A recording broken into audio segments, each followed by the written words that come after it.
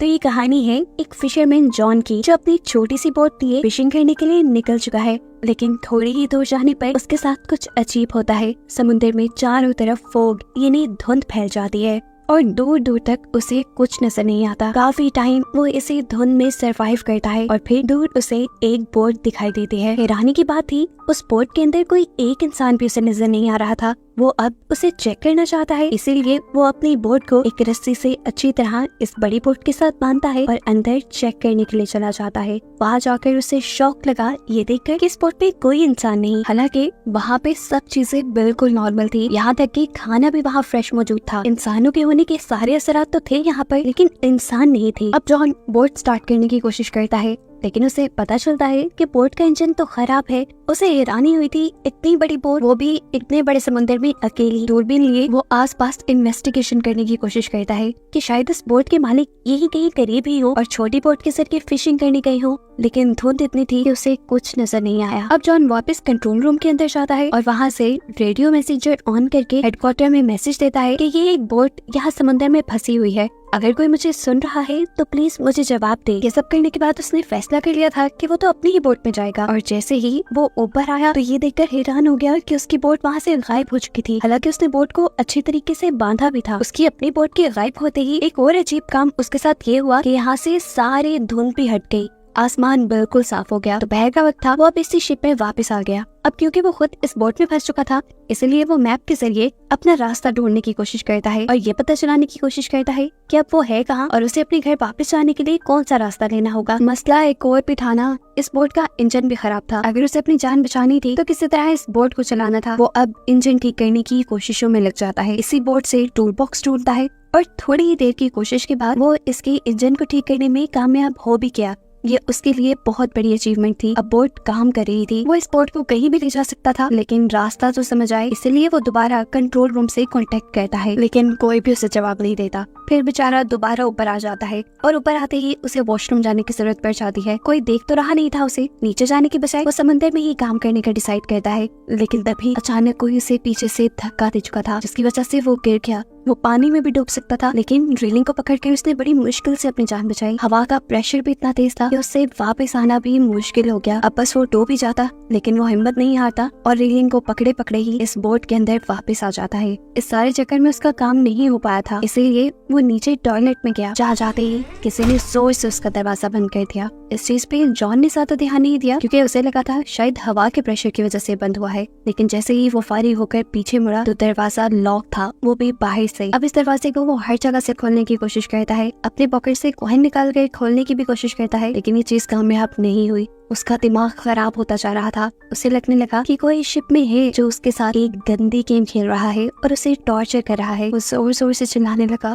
Please जो भी हो खोल दो ये दरवाजा, मैं यहाँ किसी चोरी के मकसद से नहीं आया था, मेरा यकीन मानो, मैं तो सिर्फ चेक करने आया था। उसका इतना सब कुछ कहने के बावजूद भी किसी ने उसकी बात का कोई जवाब नहीं दिया। अब उसे जो भी करना था खुद ही करना था। वो यहाँ कैबिन खोलता है तो एक शॉकिंग चीज उसे ये दिखाई देती है कि कैबिन के अंदर खून लगा था। थी तो ये डरा देने वाली बात, लेकिन वो ध्यान नहीं देता और यहाँ से कैंची निकाल कर दोबारा दरवाजा खोलने की कोशिश करता है और एक और मर्तबा नाकाम हो जाता है। अब ये बोट भी लगातार चल रही थी, जॉन उकता चुका था। अचानक उसे ऊपर विंडो दिखाई देती है, जिस विंडो से निकलकर वो आसपास देखता है तो दूर उसे कार्गो शिप आती दिखाई देती है। उसने देखा कि कार्गो शिप की डायरेक्शन बिल्कुल उसकी शिप की तरफ है। अगर कार्गो शिप यहाँ आई तो उसकी शिप तबाह हो जाएगी और वो मर जाएगा। अपनी जान बचाने के लिए वो कार्गो शिप को कोई सिग्नल देना चाहता था, पर कैसे देता? वो फंसा हुआ था यहाँ पर। अपनी शर्ट निकाल कर वो कार्गो शिप को सिग्नल देता है, लेकिन कार्गो शिप का कोई भी इंसान उसे देख नहीं पाया। अब उसे किसी तरह अपनी जान बचानी थी तो अपनी इस शिप को रोकना था, वरना कार्गो शिप इसे तबाह कर देती। तभी उसे विंडो के ऊपर एक रस्सी दिखाई देती है और उसे आइडिया आता है कि क्यों ना वो इस रस्सी के जरिए ही शिप को रोके। वो रस्सी को बांध बूंद कर बाहर फेंकता है ताकि बोट रुक सके, लेकिन यहाँ उसी के साथ बुरा हो गया। वो रस्सी उसी की शिप के फैन के साथ लिपट गई और बाथरूम के अंदर से वो रस्सी उसके गले के अंदर अटक गई। उसका गला तो अब घुट रहा था, वो मर जाता, लेकिन वो बड़ी मुश्किल से किसी और टूल के जरिए इस रस्सी से अपनी गर्दन छुड़वाता है। गर्दन पूरी लाल हो गई थी, वो मरने ही वाला था, लेकिन बच गया। खैर, रस्सी के फैन में लिपटने की वजह से ये शिप तो रुक गई थी, लेकिन ये फिर भी काफी नहीं था। कार्गो शिप फिर भी उसकी शिप से टकरा जाती है, जिसकी वजह से उसकी शिप को बहुत बुरा झटका लगता है और वो भी यहाँ गिर कर बेहोश हो जाता है। उसके सर पे अब चोट भी आ गई थी। जॉन को जब होश आया तो उसने देखा कि अब बाथरूम में पानी भर रहा था और हैरानी की बात थी, ये समुंदर का पानी नहीं था बल्कि साफ पानी था। यानी कोई तो था जो उसे डराने की, उसे मारने की कोशिश कर रहा था। वो एक और मर्तबा भीख मांगता है, जो भी हो प्लीज छोड़ दो मुझे, लेकिन कोई उसकी सुन ही नहीं रहा था। उसे भूख और प्यास भी लगी थी, उसकी ताकत भी कम हो गई थी। पानी पीने के लिए वो वॉशरूम का ही शॉवर यूज करता है तो देखता है कि पानी खत्म हो चुका था। नाचार वो जब फर्श से पानी उठाकर पीने लगता है तो उसे पता चला कि अब ये पानी नमकीन था, ये नहीं समुद्र का पानी था। और ऐसे वो जान गया कि उसकी बोट के अंदर कोई होल हो गया है, कोई सुराख हो गया है, जिससे समुद्र का पानी बोट के अंदर आ रहा है और अब जल्दी ये बोट डूब जाएगी। वो दोबारा कोशिश करता है इस दरवाजे को खोलने की, लेकिन ऐसा लग रहा था कि किसी ने दरवाजा बाहर से बंद किया हुआ है। रात भी हो चुकी थी और जब बोट के ऊपर का सीन दिखाया जाता है तो पता चलता है कि इस बोट को कोई चला रहा था जो इनविजिबल है, नजर नहीं आ रहा। जरूर वो कोई इवल क्रिएचर है। पानी भी भर भर के काफी ऊपर आ गया था और इसी सदमे में जॉन को नींद भी आ गई। रात हुई तो समुद्र में तूफान आ गया। तूफान की वजह से बोट का भी बहुत नुकसान हुआ और जॉन को भी बहुत चोट आई। सुबह जब उसकी आंख खुली तो पानी का लेवल इतना बढ़ चुका था कि सिर्फ उसका चेहरा ही बाहर था। अब तो उसने मान लिया था कि वो थोड़ी देर में मर जाएगा, लेकिन तभी उसे क्लिक की आवाज आई और जैसे ही उसने हैंडल घुमाया तो दरवाजा खुल चुका था। पानी के प्रेशर की वजह से दरवाजा टूटकर बाहर की तरफ गिर जाता है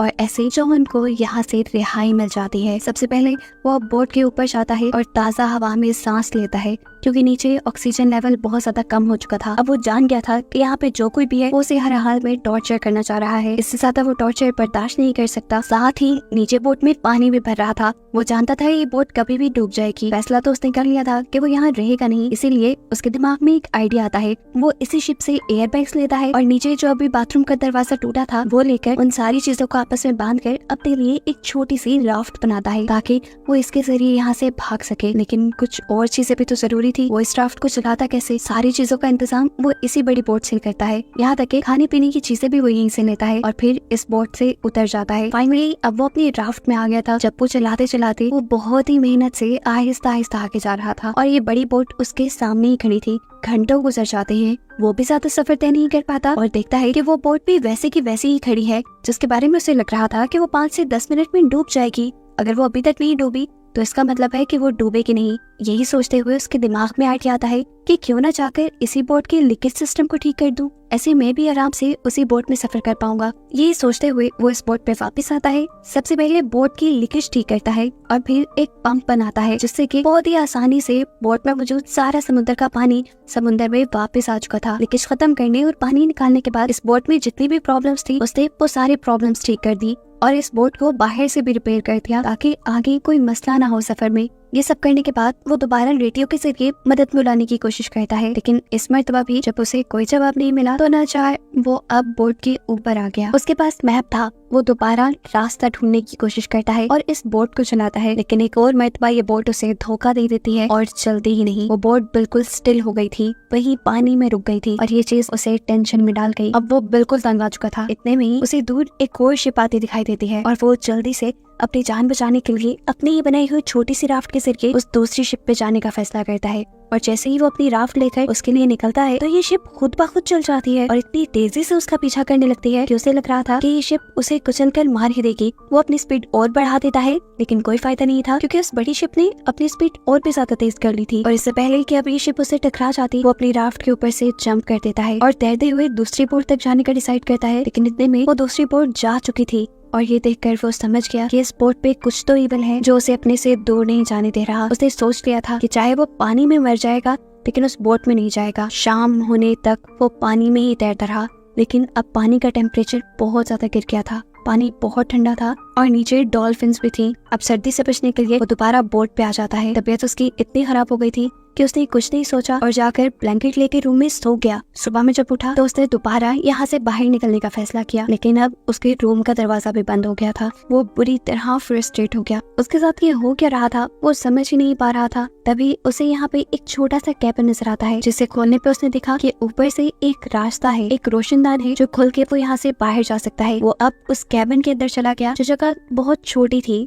असल में वो एक स्टोरेज एरिया था। इस स्टोरेज एरिया के जरिए वो जितने भी बार यहाँ से ऊपर चढ़ने की कोशिश करता था नीचे गिर जाता था। ऐसे उसको कई चोटें आ गई थी, लेकिन उसने हार नहीं मानी और दोबारा ऊपर चढ़कर उस रोशनदान को खोलने की कोशिश की, लेकिन वो भी बिल्कुल नहीं खुल पाया उससे। ऐसा लग रहा था जैसे वो सील हो गया हो। इस जगह का ऑक्सीजन लेवल भी बहुत कम हो गया था। कैबिन का दरवाजा भी नहीं खुल रहा था जिससे वो रूम में वापस चला जाए। एक और मर्तबा उसने ये बात मान ली थी कि वो मर जाएगा ऑक्सीजन की कमी से। इससे पहले कि वो बेहोश हो जाता, दोबारा क्लिक की आवाज आती है और कैबिन खुल जाता है। कैबिन के खुलते ही वो फौरन बोट से बाहर आया, जहाँ आने पर उसने देखा कि बोट एक छोटी सी आइलैंड पे आ रही थी। और ये देखकर उसे हौसला हुआ, उसकी सांस में सांस आई कि चलो अब इस इवल बोट से तो जान छूटेगी। अब बोट जैसे ही आइलैंड के किनारे पे पहुंचती है, जॉन भी फौरन इस बोट से उतर जाता है। उसे लग रहा था कि इसी आइलैंड पे कोई इंसान है जो उस बोट को कंट्रोल कर रहा था और जॉन को टॉर्चर कर रहा था। करीब पड़ा, उसने एक रॉड उठा लिया उस आदमी को मजा चखाने के लिए। लेकिन जैसे जैसे उसने इस आइलैंड को एक्सप्लोर किया तो वो शॉक रह गया कि इस आइलैंड पे तो इंसान का नामो निशान नहीं था।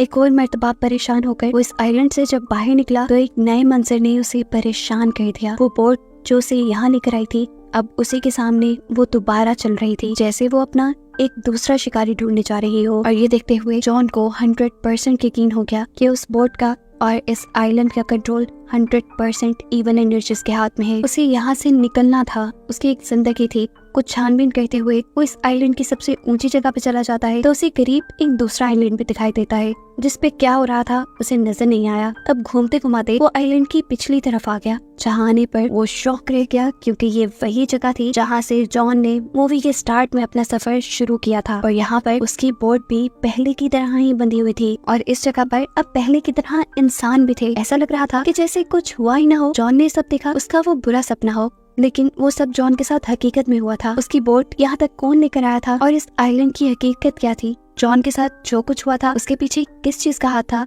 ये मूवी में नहीं बताया जाता और मूवी इन्हीं सवालों के साथ यहीं पर खत्म हो जाती है।